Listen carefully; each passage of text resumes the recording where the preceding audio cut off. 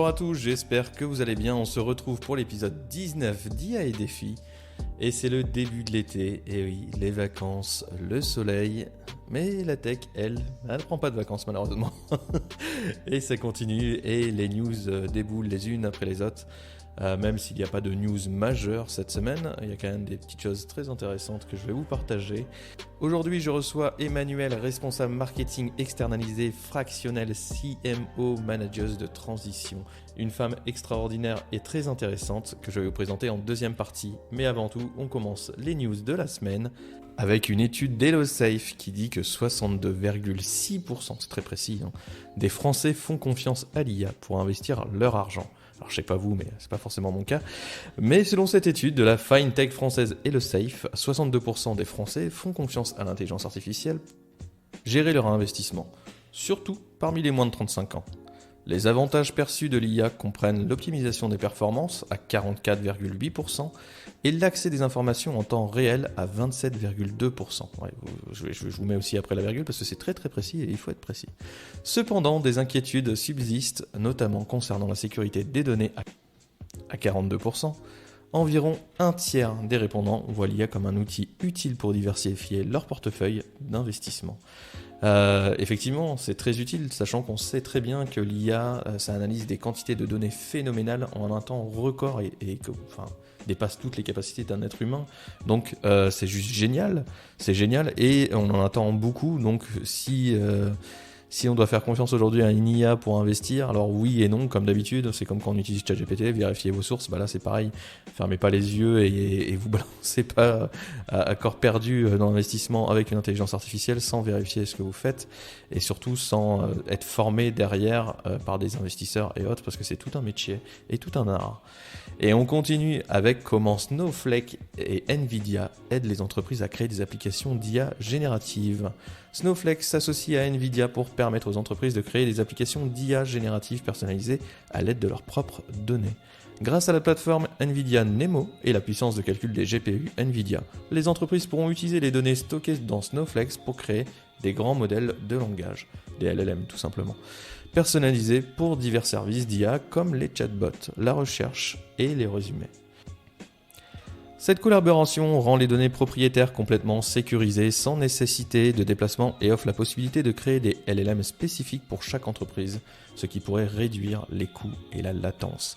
Pas que ça, vraiment, pour moi je pense le plus gros argument, même celui qui saute au premier coup d'œil, c'est forcément la sécurité des données et c'est tout ce que les entreprises aujourd'hui recherchent. Forcément qu'elles ont vraiment toutes compris en ce moment que l'IA c'est aujourd'hui et que c'est l'avenir de l'entreprise.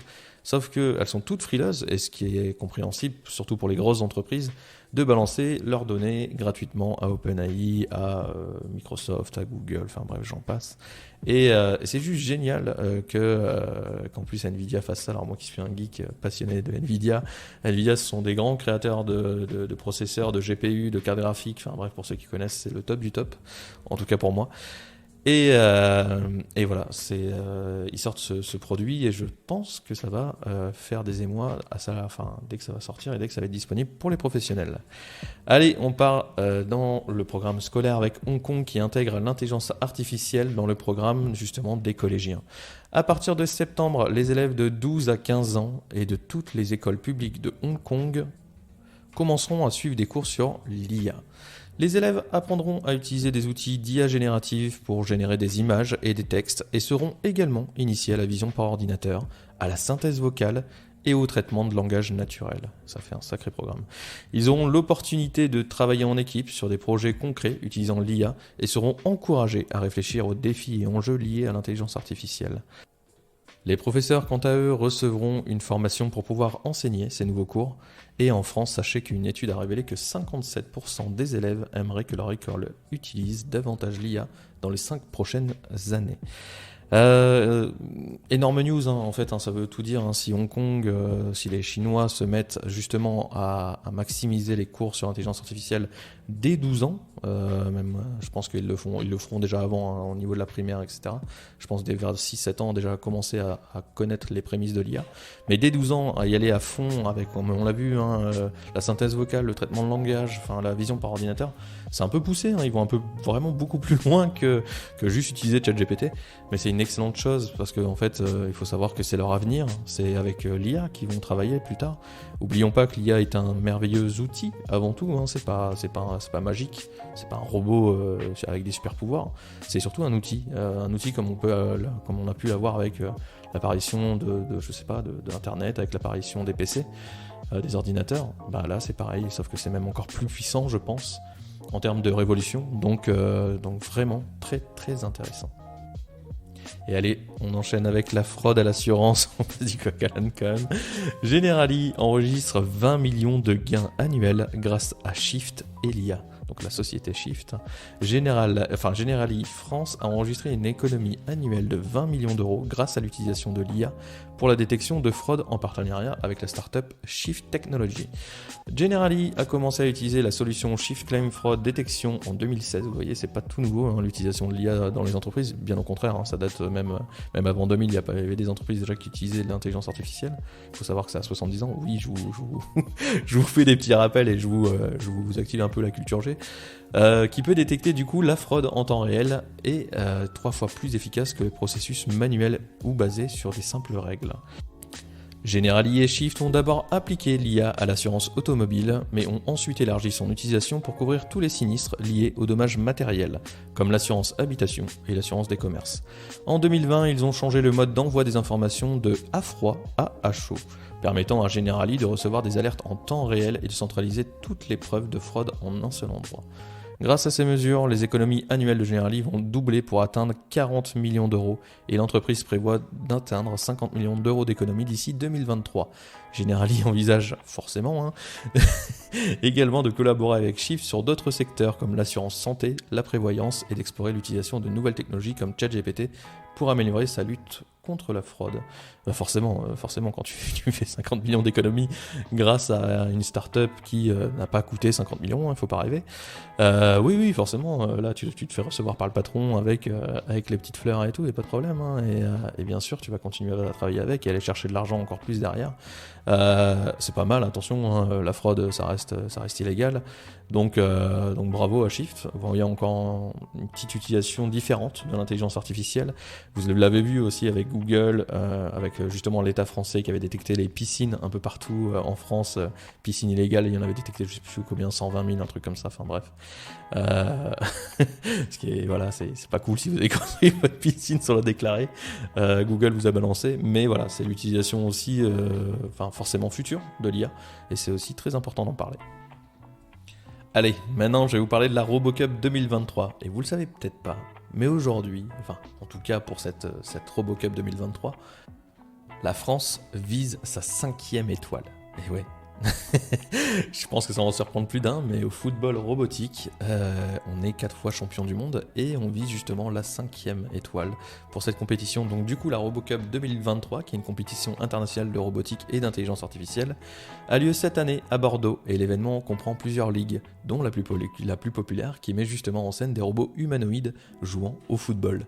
L'équipe française Roban, qui est coucou d'ailleurs si vous passez par là, est particulièrement attendue cette année car elle vise une 5e victoire. Alors outre le football, bien évidemment, la RoboCup, mais également les compétitions des robots, des services de sauvetage, enfin bref, c'est un peu plus complexe et ça voilà, le football est aussi une excuse pour montrer aussi les avancées et aussi mettre en avant nos petits génies de la robotique et de l'intelligence artificielle. Donc un très beau salon, très bel événement. Moi je pense que je vais essayer d'y aller, je vous promets rien, mais j'essaierai de faire un petit peu mon petit reporter et puis de vous ramener des images de ça pour les mettre en ligne sur LinkedIn. Justement, n'hésitez pas, petit instant pub, à me suivre sur LinkedIn, c'est Arnaud Forward. Et tant qu'on y est, s'il vous plaît, si vous aimez ce podcast et ce format, merci de laisser justement votre commentaire et peut-être des étoiles, enfin vous savez, il y a une petite notation, mais ça paraît rien, mais c'est extrêmement important pour nous parce que ça fait monter la visibilité du podcast. Et vu que c'est bénévole, voilà, c'est un peu notre paiement entre guillemets, notre récompense surtout de voir que vous appréciez le contenu et que de plus en plus de gens écoutent ces news. Et voilà, en tout cas moi ça me fait toujours très plaisir d'être avec vous. Et on continue justement avec OpenAI qui a une nouvelle stratégie étonnante pour dompter les super IA du futur. Alors, face à l'inquiétude grandissante concernant les super IA potentiellement incontrôlables, OpenAI, excusez-moi, leader mondial de l'intelligence artificielle, forcément, propose une stratégie audacieuse, réguler ces systèmes de super intelligence grâce à une autre IA, donc une IA qui contrôle une IA. Sam Altman, PDG d'OpenAI, et excusez-moi pour la prononciation, Ilya Sutskever, cofondateur de l'entreprise, sont les principaux acteurs de cette nouvelle initiative, même si Altman, justement, avait précédemment refusé de signer une pétition demandant un moratoire sur certaines recherches en IA. La mission principale de cette nouvelle approche, justement, est d'assurer l'alignement des super IA, c'est-à-dire de veiller à ce qu'elles opèrent dans un cadre défini par l'homme. Mais étant donné que la complexité prévue de ces systèmes, et il est admis justement que la supervision humaine directe pourrait être complètement insuffisante, par conséquent, OpenAI déploie une équipe de super alignement, créer des méthodes de contrôle et des systèmes avancés. Et pour cela, tenez-vous bien, ils vont utiliser 20% de la puissance de calcul totale d'OpenAI, qui sera allouée justement à cette équipe et à cette surveillance un peu robot by robot. Alors c'est une très bonne nouvelle pour éviter les dérives d'utilisation justement de ChatGPT et sûrement contrôler aussi les petits malins qui essayent de faire des injections avec OpenAI et avec leur API. Leur API, c'est ce qui permet de créer aussi des logiciels avec leur technologie. Tout ça, voilà, vous inquiétez pas, c'est pas une histoire de on va essayer de contrôler Terminator encore une fois. Il n'y a pas de super IA, n'existe pas. Pour moi, la super IA, ça serait une IA généraliste. Une IA générale du coup qui sortirait peut-être dans 1000 ans, je l'espère, ou qui ne sortira jamais surtout. Donc une IA générale, pour ceux qui ne connaissent pas, c'est une IA qui a des sentiments, une IA qui réfléchit comme nous, qui pourrait tout simplement apprendre par elle-même, ne serait-ce que avoir des sentiments, avoir de la réflexion, de la logique, des choses que l'humain possède mais qu'une machine ne possède pas. Aujourd'hui, quand vous utilisez ChatGPT, on n'oublie pas, c'est juste une machine qui fait des calculs. C'est une excellente machine de probabilité, ça c'est sûr. Peut-être la meilleure au monde, peut-être, mais en aucun cas un super robot génial destructeur de monde. Mais par contre, on sait très bien qu'aujourd'hui, avec cette technologie, avec la puissance de cette technologie, on peut faire n'importe quoi. Et je pense que c'est cette équipe-là qui va veiller à ce que tout se passe bien. Elle va veiller forcément aussi aux prochaines mises à jour. Vous voyez, on arrive sur des technologies qui sont de plus en plus puissantes et qui s'améliorent vraiment de plus en plus rapidement. Et pour éviter justement des bugs ou que l'IA déraille ou qu'on trouve des failles trop facilement, je pense que justement ces IA vont contrôler aussi les réponses de leurs petits frères, petites sœurs, pour éviter que ça déraille et que ça parte en cacahuète. Allez, Google qui confirme utiliser vos données publiques pour ses services d'IA. Alors, je suis désolé, ça me fait rire, mais je vous lis l'article et je vous dis ce que j'en pense forcément. Mais Google a récemment confirmé que ses services d'intelligence artificielle, y compris Bard et Claude AI, sont formés à partir de données publiques obtenues sur Internet. Ce fait, bien que largement soupçonné depuis toujours, depuis que ça existe, je pense, soulève néanmoins des questions juridiques et éthiques. Google a mis à jour sa politique de confidentialité pour indiquer explicitement que ses services d'IA peuvent utiliser des informations publiques pour, ouvrez les guillemets, améliorer nos services et développer de nouveaux produits, fonctionnalités et technologies qui profitent à nos chers utilisateurs et au public. Alors le cher, j'ai rajouté bien évidemment, fermez les guillemets.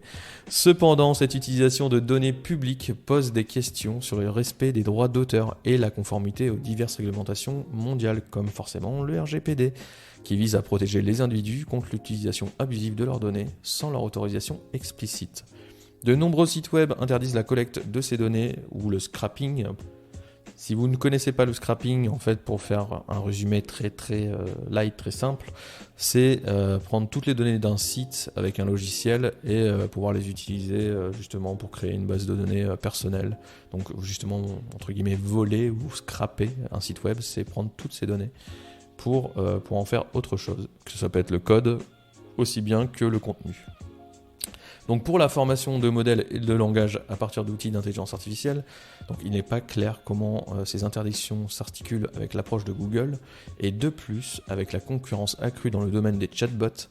le développement de lois plus strictes, les entreprises qui créent ces systèmes d'IA populaires comme GPT-4 d'OpenAI sont devenues très prudentes concernant l'origine des données qu'elles utilisent pour former leurs modèles. Et ce qui fait un petit peu peur, c'est que là, en gros, Google nous dit clairement, je prends vos données et tout ce qui est RGPD ou autre, eh ben je me torche avec, en gros. Je peux pas dire autrement. C'est en gros, voilà, je suis désolé pour vous. Merci monsieur, merci madame. Vos données perso, que vous souhaitez les donner ou non, bah c'est pas mon problème. Donc oui, ça pose un gros problème et il va falloir forcément que quelqu'un mette le point sur la table et arrête justement ce genre de prise de données aussi facile, en tout cas. Allez, on reste aux États-Unis avec une lutte contre les biais de l'IA. New York met en œuvre une loi pour garantir les embauches équitables. Donc le département de la protection des consommateurs et des travailleurs de New York a mis en œuvre une loi de réglementation sur les outils automatisés de décision pour l'emploi, utilisant justement l'intelligence artificielle. La loi oblige les entreprises qui utilisent ces outils à effectuer un audit annuel de leur technologie pour déceler les biais, qu'ils soient intentionnels ou non. Les informations sur l'audit, le type et la source des données utilisées pour l'outil, ainsi que la politique de conservation des données, doit être rendue publique. Cette initiative vise à lutter contre les biais de discrimination dans le processus de recrutement. Les candidats doivent être informés de l'utilisation de l'intelligence artificielle et peuvent déposer une plainte en cas de non-conformité. D'autres États tels que le New Jersey, le Maryland et l'Illinois envisagent, eux, de proposer aussi des réglementations similaires pour réguler l'utilisation de l'IA et de la technologie, surtout de reconnaissance faciale dans le recrutement. Je trouve ça dingue. Alors moi, quand j'ai lu ça, quand je le relis encore une fois, vraiment, je trouve ça complètement fou. Comment on peut aujourd'hui, dans notre ère, avoir des IA qui sont utilisées pour la reconnaissance faciale, c'est-à-dire quoi ? C'est-à-dire que la couleur de peau est en jeu, c'est-à-dire que si vous n'êtes pas dans les normes de beauté, ça rentre en jeu aussi. Et vous imaginez qu'on utilise l'intelligence artificielle pour ça ? Moi, je trouve ça scandaleux. Alors, vous inquiétez pas, en France et en Europe, je crois qu'il y a déjà des lois qui sont là pour interdire ce genre de choses, mais aux États-Unis, c'est un autre monde, quoi. Moi, ça me fait rire, autant que ça me terrifie, quoi. On peut pas laisser faire ça, et j'espère que effectivement tous les États, et pas que New York et pas que le New Jersey, le Maryland et l'Illinois, se mettent justement à mettre cette loi en place et qu'ils interdisent ça le plus rapidement possible. J'espère, après c'est les États-Unis, mais on espère en tout cas. Allez, excellente news pour finir, la maladie de Parkinson serait détectable par les montres connectées 7 ans avant les premiers symptômes. Alors une nouvelle étude suggère que les montres connectées pourraient aider à identifier la maladie de Parkinson jusque 7 ans avant l'apparition des principaux symptômes. Cette découverte pourrait transformer le diagnostic précoce et le traitement de cette maladie neurologique progressive. L'étude menée par l'Institut de recherche sur la démence du Royaume-Uni et l'Institut d'innovation en neurosciences et santé mentale de l'Université de Cardiff a montré que les données recueillies par une montre connectée sur une période de seulement 7 jours pourraient révéler justement des signes de maladie de Parkinson, permettant justement un traitement plus efficace si c'est pris bien en avance.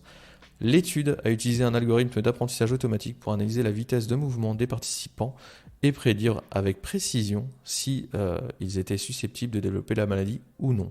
Des chercheurs estiment que cette méthode pourrait être utilisée comme nouvel outil de dépistage, cependant, ils soulignent que leur étude a une limitation importante, l'absence de réplication à l'aide d'une autre source de données. Tout simplement parce qu'ils n'avaient pas accès à un autre ensemble de données, en tout cas comparables. Malgré cela, ces résultats pourraient avoir des implications importantes pour la recherche et la pratique clinique, en permettant aux patients d'accéder à des traitements à un stade plus précoce.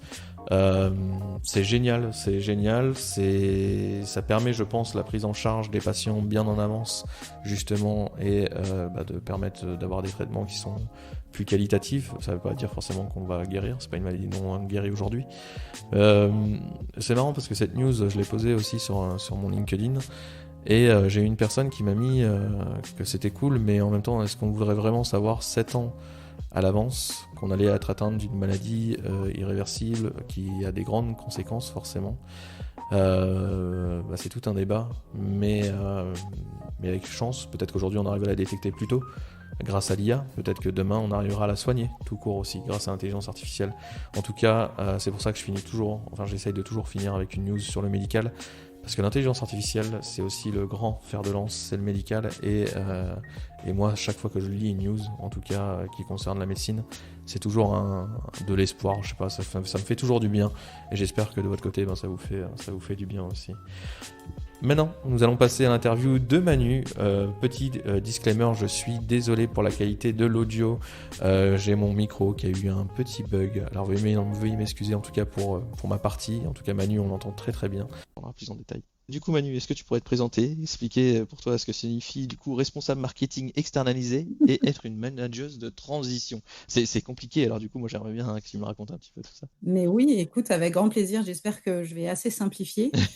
Donc, je m'appelle Emmanuelle Resslinger, j'ai 40 ans. Je bosse dans le marketing, le commerce et la communication depuis plus de 15 ans maintenant. En fait, dans mon boulot d'indépendant, je joue grosso modo le même rôle qu'un directeur marketing salarié. D'ailleurs, quand je travaille avec une entreprise, c'est comme si j'étais membre de ses équipes. Voilà. La seule différence, c'est que je reste uniquement un temps défini qui peut aller de quelques mois à quelques années. Ça dépend des besoins de l'entreprise. Alors, grosso modo, qu'est-ce que je fais ? Je commence par la stratégie globale, c'est-à-dire où on veut amener la marque, quels sont les objectifs de notoriété, de chiffre d'affaires, le budget, tout ça. Donc ça, c'est ce que je fais directement avec la direction et les équipes en place, s'il y en a déjà. Après, je crée la roadmap. Quelles sont concrètement les actions à faire, dans quel ordre, par qui, dans quel délai, etc. En opérationnel, je peux m'occuper, si besoin, de la conception, rédaction et du branding. Alors, en très résumé, je vais écrire les textes du site web, des supports de vente, que ça soit du numérique ou de l'imprimé, pour faire en sorte que l'image de marque corresponde à ce qu'on a décidé au départ et que les supports de vente vendent. Voilà. Ok. Je peux aussi faire monter les équipes internes en compétences sur certains sujets, mettre en place des procédures qui n'existeraient pas. D'accord. Pour les parties opérationnelles dont je ne m'occupe pas, je trouve aussi les bons freelances qui ont exactement les compétences dont j'ai besoin. Et le gros du boulot, en fait, je coordonne les freelances et les équipes internes pour que tout roule comme sur des roulettes. En fait, je suis... on peut dire le contact principal du CEO pour tout ce qui touche au marketing. Comme ça, lui, il gaspille pas son temps et son énergie pour ça. Il peut se concentrer sur complètement autre chose, quelque chose de plus intéressant pour lui. On peut dire qu'un des principaux avantages pour les boîtes, c'est que travailler avec une équipe de freelance, ça permet quand même plus d'agilité que de travailler avec une agence. En plus, on peut avoir les compétences exactes dont on a besoin. Et ça, c'est assez dingue. Genre, si on a besoin d'un web designer qui maîtrise parfaitement Webflow pour des sites ultra minimalistes, j'en connais un. J'en ai un dans mon réseau. Ah, t'as une petite mallette avec tout plein d'outils et tu peux répondre à tous les besoins des CIO. C'est ça. Et alors, pourquoi manageuse de transition ? C'est parce que c'est que cet intitulé bizarre. C'est tout simplement parce que je peux intervenir soit dans des entreprises qui n'ont pas encore de service marketing, comme des startups en amorçage, mais je peux aussi remplacer le directeur marketing sortant. Par exemple, le temps de recruter la bonne personne, parce que parfois les recrutements sont assez longs pour des postes comme ça, ou le temps d'un congé mat, ou alors quand l'entreprise décide de pivoter dans sa stratégie, enfin bref, dans n'importe quel contexte de transition, quoi. Voilà. Et à côté de ça, je fais aussi du consulting, coaching pour n'importe quelle problématique liée au marketing ou à la communication. Tu viens, tu me dis quel est ton problème et je te trouve des solutions. Voilà, aussi simple que ça. Simple, oui, c'est vite dit, je pense. Mais ouais, c'est incroyable. Ok. Du coup, tu marques sur ton profil. Donc moi, c'est ce que j'ai appris aussi. Tu dis que tu as 15 ans d'expérience. Bravo déjà. Quelles sont pour toi les évolutions les plus significatives que tu as observées du coup dans le domaine du marketing ? J'ai eu mon diplôme en marketing en 2002. Ouais. À l'époque, on avait Internet en 46 KO par seconde et ça passait par la ligne téléphonique. Il n'y avait pas de réseaux sociaux. L'unique stratégie de SEO, c'était de bourrer tout un tas de mots-clés dans ton site web là, pour apparaître dans les moteurs de recherche. Ce qui faisait office de réseaux sociaux, je pense que ça va te rappeler des trucs, c'était MySpace, MSN et genre les chats de caramel, quoi. Skyblog. Donc, les plus grosses évolutions, elles viennent du développement d'Internet, clairement, et de l'arrivée des smartphones, quoi. D'accord. Les entreprises, elles n'ont pas trop eu le choix, elles ont été obligées de se mettre au digital pour pouvoir continuer d'exister, et du coup, elles ont souvent troqué des stratégies, entre guillemets, physiques, des stratégies offline, genre l'envoi de pubs par courrier, pour des stratégies online. Et ouais, C'est je me vrai que souviens de c'est vrai l'envoi qu'on des a trucs par évolué. courrier, des catalogues et tout ça. Ouais, ça se fait encore, hein. Ce qui est ouf aujourd'hui, c'est qu'on arrive encore à avoir des catalogues dans les boîtes aux lettres, ce qui est un peu un scandale. Mais ouais, Mais c'est vrai que l'évolution la plus significative, effectivement, c'est forcément l'apparition d'Internet et des réseaux, des téléphones. ah bah ouais, imagine les boîtes, elles ont été obligées de créer un site web. Après, elles ont été obligées de créer des comptes sur les réseaux, Ouais, obligées aussi de créer des trucs à dire pour alimenter les dits réseaux, ce qui n'est pas toujours simple. ouais, Ensuite, commencer à faire de la pub sur Google, sur les réseaux, etc., pour continuer à sortir de la masse. Et ensuite, elles ont dû commencer à faire des articles de blog, produire du contenu intéressant pour pouvoir séduire en même temps leurs prospects et les moteurs de recherche. ouais. Encore une étape en plus. Ensuite, elles ont aussi dû mettre le paquet sur la récupération et l'analyse des données numériques de leurs prospects, de leurs clients, etc., pour mesurer l'efficacité des campagnes marketing et évidemment prendre des décisions éclairées, basées sur la réalité, la data, et pas sur des suppositions. Donc ça, ça a été un gros shift aussi. Ce qui a été mieux Et pour eux, hein. les décisions au doigt mouillé, Ouais, c'est pas... lève le doigt, on regarde vers où le vent souffle, mais ouais, Ouais, c'est ça.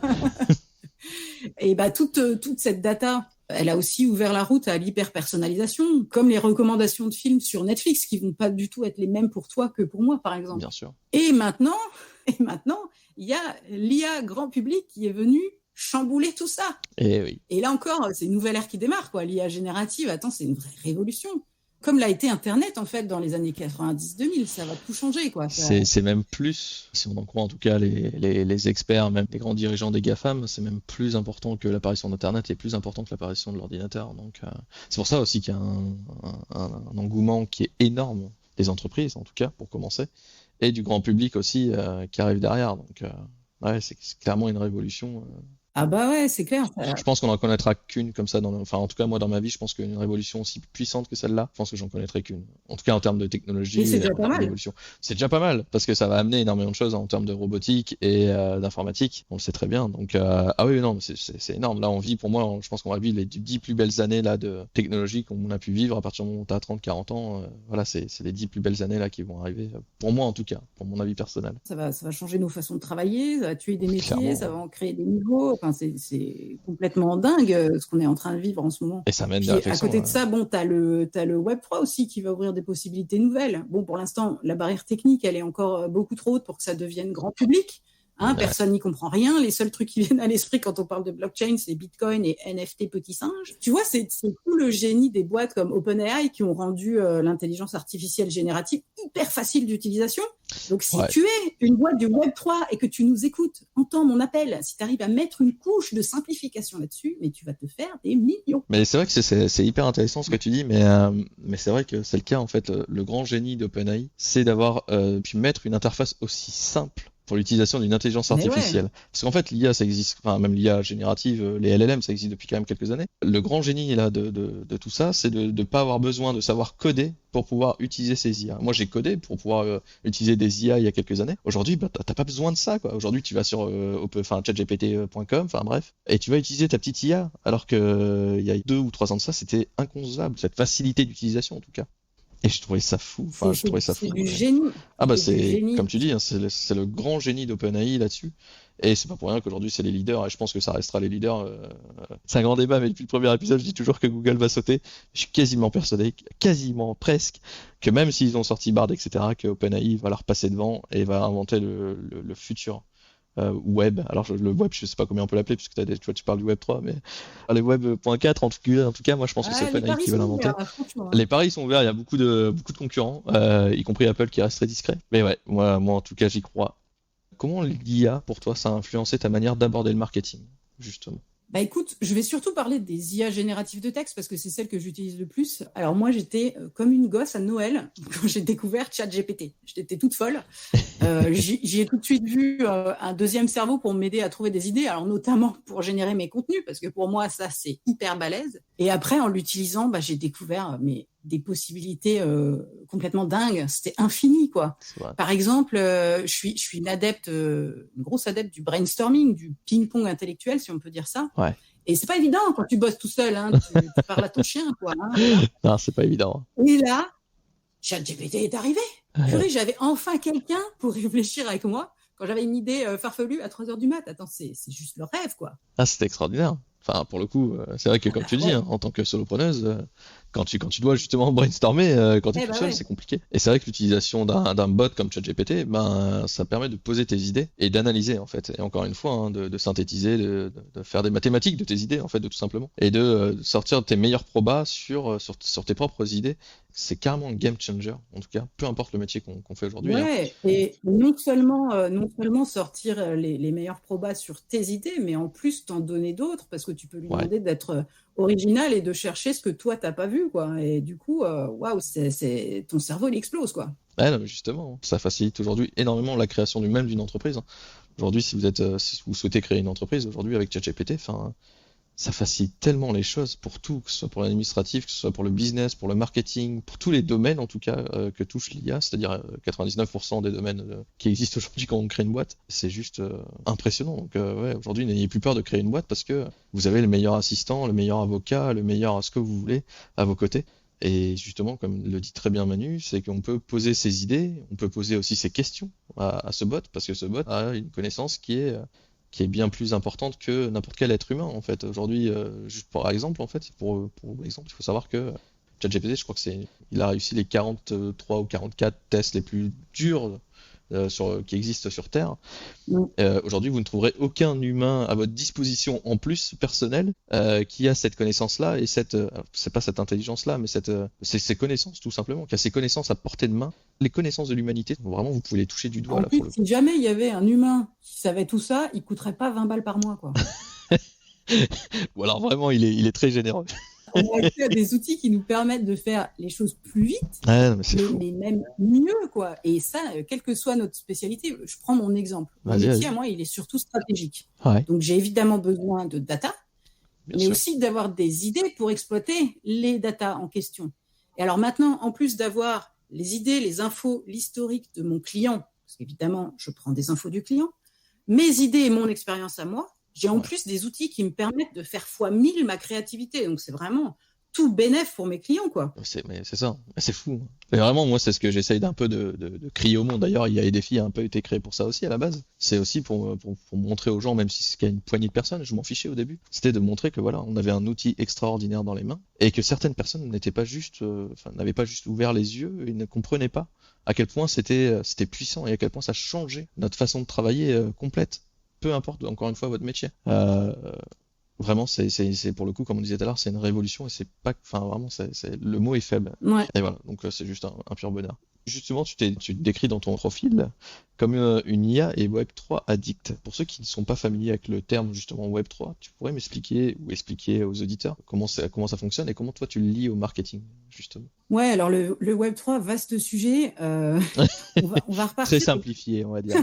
au début de l'histoire, simplifier au max et tronquer des infos. Ouais. Si vous êtes spécialiste du Web3, ne me hurlez pas dessus, hein, c'est volontaire. Au début d'Internet, on avait ce qu'on appelait le Web 1. Donc en gros, les grosses entreprises, elles avaient des sites Internet, parce que ça coûtait une méga blinde de faire un site Internet. Et les gens, ils consultaient les infos contenues dans ces sites. Voilà, c'était unidirectionnel, il n'y avait pas d'interaction, rien du tout. Et après, sont apparus les réseaux sociaux. Donc ça, c'est le début du Web 2 dans lequel on est toujours aujourd'hui. Dans le Web 2, il n'y a plus seulement les entreprises qui produisent du contenu, mais tout le monde peut le faire et tout le monde interagit avec tout le monde sur les réseaux sociaux et tout est gratuit. Les réseaux, les moteurs de recherche, tout. Mais pour vivre, il faut bien que ces plateformes-là trouvent de l'argent quelque part et cet argent, il vient notamment de la vente de nos données numériques. Les plateformes comme Meta, Google et compagnie, elles vendent nos données aux entreprises pour qu'elles puissent faire de la pub hyper ciblée. C'est comme ça que, genre, si un dimanche soir, tu cherches une robe noire à bretelles sur Google, et ben pendant plusieurs semaines, tu vas avoir des robes noires à bretelles sur tous les sites que tu consultes. Donc, le Web 2, c'est vraiment l'âge d'or du marketing facile, quoi. D'ailleurs, bon, on entend, je ne sais pas si vous avez déjà entendu cette phrase, mais quand le produit est gratuit, eh ben, c'est qu'en fait, le produit, c'est toi. Donc, grosso modo, dans le Web 2, c'est nous les produits. Hein, on est là d'accord. Ouais, elle est très juste cette phrase. Voilà, très, elle est très très juste. Et alors, le Web 3, entre autres choses, il voudrait changer ça et rendre leurs données aux utilisateurs. Donc, un des concepts en fait fondateurs du Web 3, c'est l'anonymat. On crypte les données pour qu'elles soient plus du tout librement accessibles. Donc, fini le marketing facile et automatisé.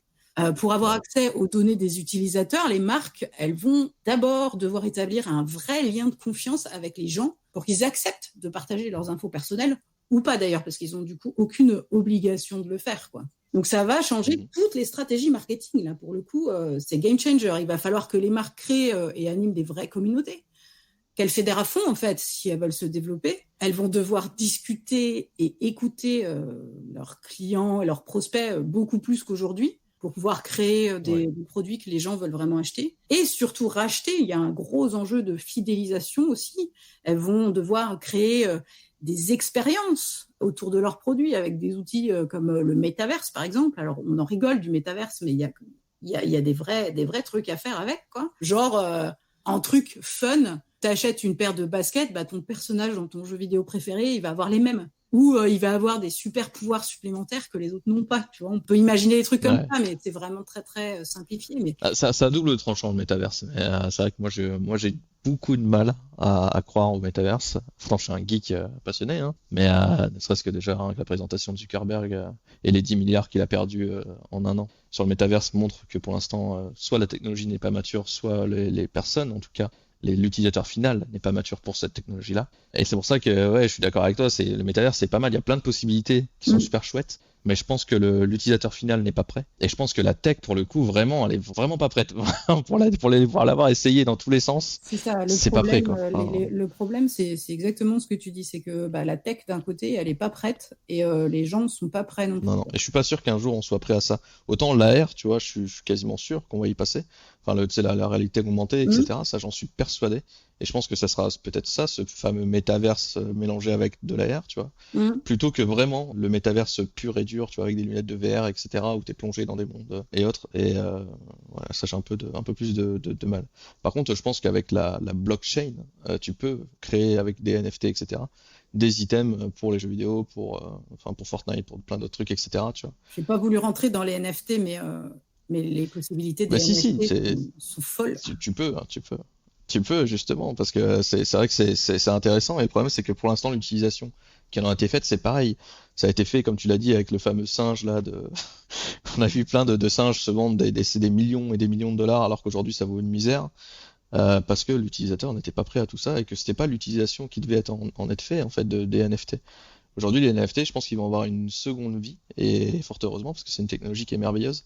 Grâce à la génération d'images par IA, je pense que tu vois, aujourd'hui, ces images-là auront une carte d'identité avec les NFT, justement, etc. Et que ça va permettre de tracer toute image postée sur Internet, que ce soit l'IA ou que ce soit l'humain qui les crée. Enfin, je sais pas ce que t'en penses, mais... Ouais, alors clairement, il y a un gros enjeu de traçabilité, que ce soit sur de l'art ou sur des produits physiques, hein. Je pense, t'achètes, je sais pas, maintenant, une bagnole, eh ben, tu vas stocker sur ton NFT tous les entretiens, tous les machins, tous les trucs, et quand tu vas vendre ta bagnole, eh ben, la personne qui va l'acheter, elle va tout savoir de ta voiture, tout ce qui s'est passé, tous les entretiens que tu as fait, etc. Et puis, on va savoir, ça va être marqué dans la blockchain que cette voiture est passée de chez machin bidule à truc chouette, quoi. On va pouvoir tracer énormément de choses. Au niveau de la traçabilité, c'est génial. Après, au niveau des communautés aussi, tu vois, tu peux dire que, je sais pas, si tu achètes tel objet, je sais pas, une Rolex, genre, tu vas avoir ton NFT qui va avec. Bon, pareil pour la traçabilité et tout ça, c'est nickel, mais tu vas pouvoir, par exemple, si tu bosses, je sais pas, si tu as une chaîne d'hôtels de luxe, tu vas pouvoir proposer des choses spécifiques pour tous les gens qui ont le NFT Rolex. Ah, c'est vrai. Ouais, c'est vrai, ça ouvre des portes marketing, j'y avais pas pensé, mais c'est vrai que c'est... Non, mais c'est génial, ce truc. Fou. C'est pour ça que je voulais pas rentrer dans les NFT, parce que alors moi, ça m'éclate. Mais si tu peux, t'inquiète pas, il faut en parler, parce que pour moi, c'est des technologies qui ont été maltraitées par certaines entreprises, tu vois, et qui ont ridiculisé, tu vois, autant le Bitcoin, etc. Enfin, la crypto-monnaie, tout ça, c'était ridiculisé, alors que c'est une technologie qui est réellement très intéressante et qui va aussi changer la face de notre monde. Alors du coup, ça va prendre quelques années de plus à cause de ces entreprises-là, mais comme tu dis, c'est exceptionnel. Demain, tu vas pouvoir réaliser un marketing avec justement, comme tu dis, un NFT collé sur Rolex qui permettra d'avoir des avantages dans les hôtels Formule 1, j'allais dire. Du coup, peut-être pas, non. Mais tu vois, c'est vrai que c'est des applications auxquelles, tu vois, moi je pense pas parce que je suis pas dans le marketing, tu vois, mais par contre je connais forcément bien les NFT et la blockchain. Et je me dis que c'est tu vois, des outils aussi qui ont été trop vite mis sur le marché et trop vite maltraités alors qu'elles méritent d'être à leur apogée et ça va être le cas forcément parce qu'elles ont une utilité qui est folle. Et c'est comme ce qu'on disait tout à l'heure, hein, le métaverse, ça a été trop vite, trop tôt. Mm. Alors que ça aurait pu avoir une utilité dingue si ça avait été mis au bon moment, tu vois, dans quelques années. Donc, mais ouais, c'est hyper intéressant. C'est hyper intéressant. Comment tu utilises toi l'IA dans ton travail au quotidien? Bah alors moi, t'imagines bien, j'ai fait ma geek, hein, j'ai pris tout plein d'outils pour plein de trucs différents. J'y suis allée à fond. J'utilise l'IA aussi bien pour moi que pour mes clients, hein. Donc ce que je vais citer, ça peut marcher pour les deux. Déjà, je l'utilise pour me donner des idées et créer du contenu, hein, parce que comme je l'ai dit, pour moi, c'est hyper balèze. Donc, je l'utilise pour des posts LinkedIn, des articles de blog, des emails, etc. Pour ça, Ouais. j'utilise surtout ChatGPT, Bing et une autre appli qui s'appelle Mark Copy, qui est française d'ailleurs, et qui a un module spécifique pour le SEO, qui est vachement bien. Oui, effectivement. Après, je l'utilise aussi pour toutes mes recherches marketing. Par exemple, définir son persona au client idéal, enfin, vous l'appelez comme vous voulez, pour analyser le ton d'un texte et pouvoir le reproduire après si j'écris pour un client, par exemple, pour analyser des structures de texte pour pouvoir les réutiliser aussi, analyser des témoignages, des enquêtes, etc.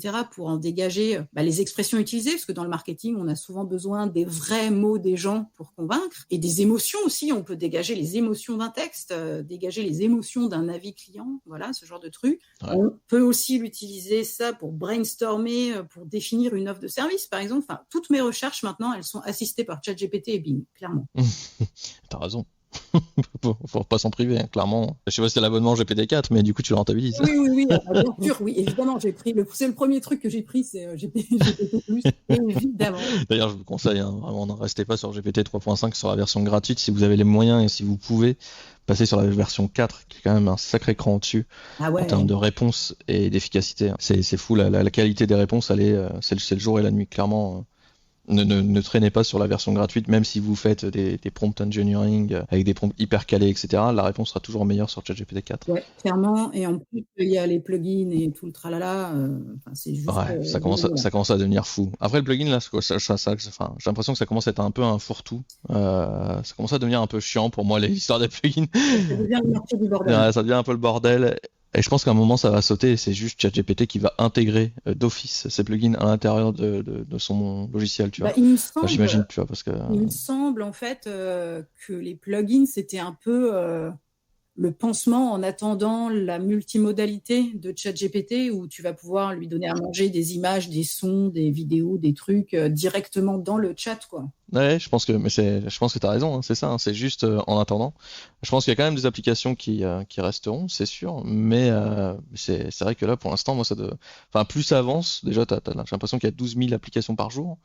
Et moi, tu comprends ce qui arrive, tu vois. Au début, il y avait 10 pages de plugins, maintenant il y en a 250, quoi. Donc, si tu veux tous les essayer, bon courage. Non, ça devient super, super dur, donc vraiment. Mais en tout cas, ouais, GPT-4 vaut le coup. D'ailleurs, j'utilise aussi clairement. pour écrire mes pages de vente, mes séquences email, des landing pages, des pubs. Donc ça, c'est ChatGPT. J'utilise aussi pour traduire, résumer, changer de ton, changer la longueur, simplifier, paraphraser, enfin tout ce que tu veux, tout ce que tu peux faire avec un texte, tu peux le faire avec ChatGPT. Et j'utilise aussi un truc qui est sorti il y a pas longtemps, c'est une extension Chrome qui est rattachée à ton compte ChatGPT qui s'appelle Max AI Me. Voilà, pour ceux qui voudraient tester. Je l'utilise pour améliorer le son de mes podcasts aussi, parce que je passe à la moulinette dans Auphonic, et Auphonic a une intelligence artificielle qui améliore le son. J'utilise aussi pour transcrire mes podcasts, pour les résumer, les transformer en post LinkedIn, etc. Pour ça, j'utilise un outil qui s'appelle Cast Magic. Et aussi pour le jingle de mon podcast, qui vient d'une IA qui s'appelle Soundful, voilà, qui a été générée par l'IA. Et une autre utilisation qui m'a mise en joie, j'utilise aussi ChatGPT et Bing pour me former. Moi, je suis une élève sans fin. Et du coup, je demande à ChatGPT un plan de formation sur un sujet. Je lui demande ensuite de me remplir les chapitres. Quand je comprends pas un truc, je lui demande, je lui pose une question, il va me répondre. Si j'ai besoin de quelque chose de factuel ou d'un lien précis ou je sais pas quoi, je vais switcher sur Bing et lui, il va me sortir les liens. Enfin, bref, en fait, moi, je vis ma meilleure vie avec l'intelligence artificielle. Je peux tout apprendre avec un prof particulier qui est dispo H24. Attends, c'est le feu, quoi. Non, mais ça, c'est une puissance de ouf, hein. Et c'est pour ça que de toute façon, je voulais t'inviter parce que j'ai bien compris que tu étais une réelle passionnée. Quand je vois le nombre d'outils que tu utilises, effectivement, t'es passionné par l'IA et tu vas chercher un peu tout ce que tu peux utiliser pour rendre ton travail plus simple. Et c'est ça, en fait, aujourd'hui, la vraie agilité qu'il faut avoir avec l'intelligence artificielle, c'est être curieux et aller chercher les outils qui sont adaptés à son travail, à son métier. Et toi, tu le fais extrêmement bien. Et du coup, c'est ça qui est hyper intéressant aussi en t'écoutant, c'est que tu vas chercher à droite, à gauche les petites pépites et je trouve ça trop cool. Ouais, Enfin, c'est vraiment, vrai, c'est j'essaye très tout. très cool. Et... Je teste, Non, mais je m'amuse. c'est très bien, c'est ce qu'il faut. Tout en faisant attention, encore une fois, un petit message de prévention, mais de toute façon, je pense que Manu est au courant aussi, mais faites très attention à vos données sur les sites qui sont qui sont externes à OpenAI, etc. OpenAI, déjà, c'est chaud pour vos données. Imaginez ces sites-là, c'est encore pire. C'est-à-dire que des fois, il n'y a pas forcément que des bonnes intentions derrière ces propriétaires de sites. Et ne mettez pas des données sensibles, et ne mettez pas non plus, quand vous créez un compte sur ces sites-là, mettez des mots de passe qui sont bien différents de ce que vous utilisez habituellement, etc. Parce qu'il y a un risque de phishing, il y a un risque de pas mal de choses sur ces sites. Donc, juste utilisez-les. Si c'est des bons outils, s'ils sont utilisés par des milliers de personnes, faites-le. Tout en étant prudent. Moi, c'est le seul conseil que je peux vous donner. Mais effectivement, les outils qu'a balancé Manu sont des très bons outils, je peux vous confier, pour les avoir utilisés. Donc, c'est génial. Vraiment, merci Manu pour ça, parce que du coup, ça se voit, ton appétence en tout cas pour l'IA et ta passion, ça se ressent et ça, c'est trop cool. Vraiment, Oui, moi, c'est très très cool. Je vis ma meilleure vie. Depuis l'arrivée de ChatGPT, c'est la fête. Mais c'est ça, en même temps, c'est ce qu'il faut faire aussi, tu vois. Enfin, pour moi, l'IA, c'est là aussi la révolution, elle se joue, c'est que tu vis ta meilleure vie aujourd'hui parce que, tu vois, moi, je vais prendre un exemple qui était un de mes plus gros complexes avant. Je faisais beaucoup de fautes d'orthographe. J'avais de la dyslexie, bref, on s'en fout, c'est une maladie, peu importe. Mais aujourd'hui, tout ça, ça me fait plus peur, tu vois. C'est plus compliqué pour moi, c'est plus une torture. Ouais. Pourtant, j'ai été 12 ans cadre commercial, mais pourtant, j'ai utilisé déjà l'IA depuis 12 ans. Je pense que je l'utilisais pour le boulot parce qu'il y avait cette peur déjà des fautes d'orthographe, etc. Aujourd'hui, on peut même plus faire de fautes d'orthographe. C'est-à-dire que vous pouvez écrire n'importe comment une invite de commande, un prompt à ChatGPT, il va vous comprendre et il va vous répondre dans un orthographe qui est parfait. Et aujourd'hui, c'est exceptionnel. Enfin, on vit dans un monde qui est fabuleux quand même. C'est-à-dire que déjà, tu peux plus faire de fautes. Ouais. Ça, c'est pas mal. Mais tu vois, et je trouve que l'IA, il a une utilité, mais pour tout. Enfin, à partir du moment où on parle d'administratif, vraiment, il y a une utilité pour tout. Et comme toi, tu le montres, tu les montres en tout cas vachement bien, c'est que tu as utilisé tous les petits outils à droite, à gauche, tu as fouiné, tu as cherché un peu dans ta boîte à outils justement pour trouver le truc adapté à ton profil, à ce que toi tu fais dans la vie, tes podcasts, tes passions, tes machins, etc. Et c'est ce qu'il faut faire aujourd'hui. C'est ce que moi je vous conseille, les gens, c'est quand à la fin je finis mon podcast en disant restez curieux, c'est pas pour rien. C'est parce que l'IA, c'est qu'une source de curiosité, mais infinie. Et en plus, vous avez encore une fois un catalogue ouvert à vos côtés qui a toutes les connaissances du monde. Je sais pas si vous vous rendez compte la puissance du truc, quoi. On parle pas de Wikipédia ou Google, c'est encore bien plus simple. C'est-à-dire que vous lui posez une simple question et allez à 85% du temps, il va vous répondre juste. Après, vérifiez toujours les sources, blablabla, etc. Ça, vous le savez très bien. Mais imaginez GPT-5, GPT-6, GPT-7, voilà. Les prochaines évolutions de GPT, il y aura plus même cette barrière d'erreur ou ce qu'on appelle ces hallucinations de l'intelligence artificielle n'existeront peut-être plus dans quelques mois. Donc, profitez de vraiment, comme avec le dit Manu, profitez de cette excitation de ce monde merveilleux dans lequel on va vivre, où plus rien ne peut vous faire peur parce que vous serez pas justement. En fait, j'ai l'impression que l'IA remet un peu tout le monde sur le même piédestal, Ouais. alors entre de grosses guillemets, attention, c'est des grosses guillemets, mais qu'il y a plus le diplôme ne fait pas la personne, machin, etc. Bref, on va pas rentrer dans des débats, mais aujourd'hui, vous avez accès à une connaissance illimitée, Et ouais, et en plus, et profitez-en, quoi. il faut quand même dire qu'il y a énormément d'outils qui sont gratuits. Bing, c'est gratuit. C'est clair. GPT, c'est gratuit. Enfin, je veux dire, c'est un truc de fou. Il y a un paquet d'applications qui ont même pas une période d'essai, mais un forfait gratuit où tu as déjà un certain nombre de fonctionnalités que tu peux utiliser pour zéro, quoi. C'est un truc de dingue. Et évidemment, c'est fou. Bon, quand le produit est gratuit, c'est nous les produits. Donc, nos données personnelles que nous mettons dans ces trucs-là sont évidemment avalées et utilisées. Hein. Ne nous voyons après, pas. c'est pas très grave quand c'est un email, etc. Moi, j'ai toujours fait ça, je vous le conseille aussi, mais moi, j'ai une email que j'appelle une email junk un peu, où je mets tous les trucs où je suis pas sûr, les sites où je suis pas sûr, je mets cette adresse email là qui est un peu l'adresse email pourrie de spam. C'est pas mon adresse perso ou mon adresse pro. Je la mets jamais dans ces outils-là parce que je sais très bien qu'après ça va être vendu pour des listes justement de publicitaires, etc. Donc méfiez-vous. Mais après, mine de rien, ça reste quand même des outils qui sont quand même gratuits, et même si vous êtes le produit, vous n'êtes pas payé très cher, hein. Enfin, même eux, ils sont pas payés très cher avec votre email, entre guillemets. Donc, donc c'est ce que je dis. Même moi, tu vois, quand j'ai sorti, ça paraît bête, hein, mais j'ai sorti genre il y a 3 ou 4 mois une formation ChatGPT. Et je l'ai mis gratuit. Je disais je pouvais pas faire moins cher qu'un email en fait parce que j'avais pas le choix, tu vois, entre guillemets. Mais c'est pour ça, tu vois, effectivement, quand c'est gratuit, c'est vous le produit parce que maintenant j'ai votre email et je peux vous envoyer un Voilà. mail quand je sortirai une nouvelle formation. Ça peut-être pour le coup payante. Mais, Voilà. C'est ça. mais tu vois, enfin, mais effectivement, mais comme tu dis, enfin, ça coûte pas grand-chose. Soyez curieux et vraiment utilisez-le au quotidien, quoi. Comment toi tu vois du coup l'évolution du marketing avec l'adoption justement du Web3 et de l'IA? Bah, écoute, côté marketeux, bah, va pas falloir s'endormir sur ses lauriers parce que là, ça va vraiment ultra, ultra vite, quoi. Donc, va falloir Ouais. se former, va falloir être créatif parce qu'on avance dans l'inconnu. En fait, c'est nous maintenant qui allons tracer la route là pour les suivants, hein, au niveau du marketing. Et côté entreprise, eh ben, il va falloir s'emparer de toutes ces nouvelles technologies, comme tu le dis, rester curieux parce que bah, sinon, on va rester sur le bord de la route, hein, parce que tout simplement, si nos concurrents font mieux et plus vite que nous, bah, ça va quand même vite sentir le sapin, quoi. T'as raison, il faut faire attention à tout ça et justement il faut rester en éveil. Bah justement, comment tu penses qu'une entreprise elle peut se préparer à l'impact de ces technologies pour toi dans le marketing? Bah, premièrement, la première chose à faire, clairement, c'est s'informer sur le sujet. Être curieux. S'informer sur ce qui se fait dans son domaine d'activité, les outils qui sont dispo, parce qu'il y a des domaines où ça va très vite. Tout à l'heure, bah, on parlait de médecine, justement. L'IA, elle est en train de faire des miracles, que ce soit pour les diagnostics, les traitements. Enfin, il y a tous les jours des nouvelles avancées qui sortent dans le domaine médical grâce à l'IA. Donc, faut aller chercher l'info et surtout ne pas mettre sa tête dans le sable, quoi. Non, clairement pas, faites pas Ouais. l'autruche, non. Ouais, voilà. Clairement, Ok, quoi. non, c'est pas le bon deal. De toute façon, si vous écoutez, je pense qu'il y a des défis, c'est pas pour rien non plus, c'est parce que vous avez aussi envie de vous ouvrir à cette technologie, de vous ouvrir un peu à ce monde du numérique qui apparaît. Vous êtes déjà des connaisseurs et dans ce cas, juste vous informer sur l'actu et sur comment c'est utilisé au quotidien, justement, dans plein de métiers différents, y compris le métier aujourd'hui de Manu qui est le marketing.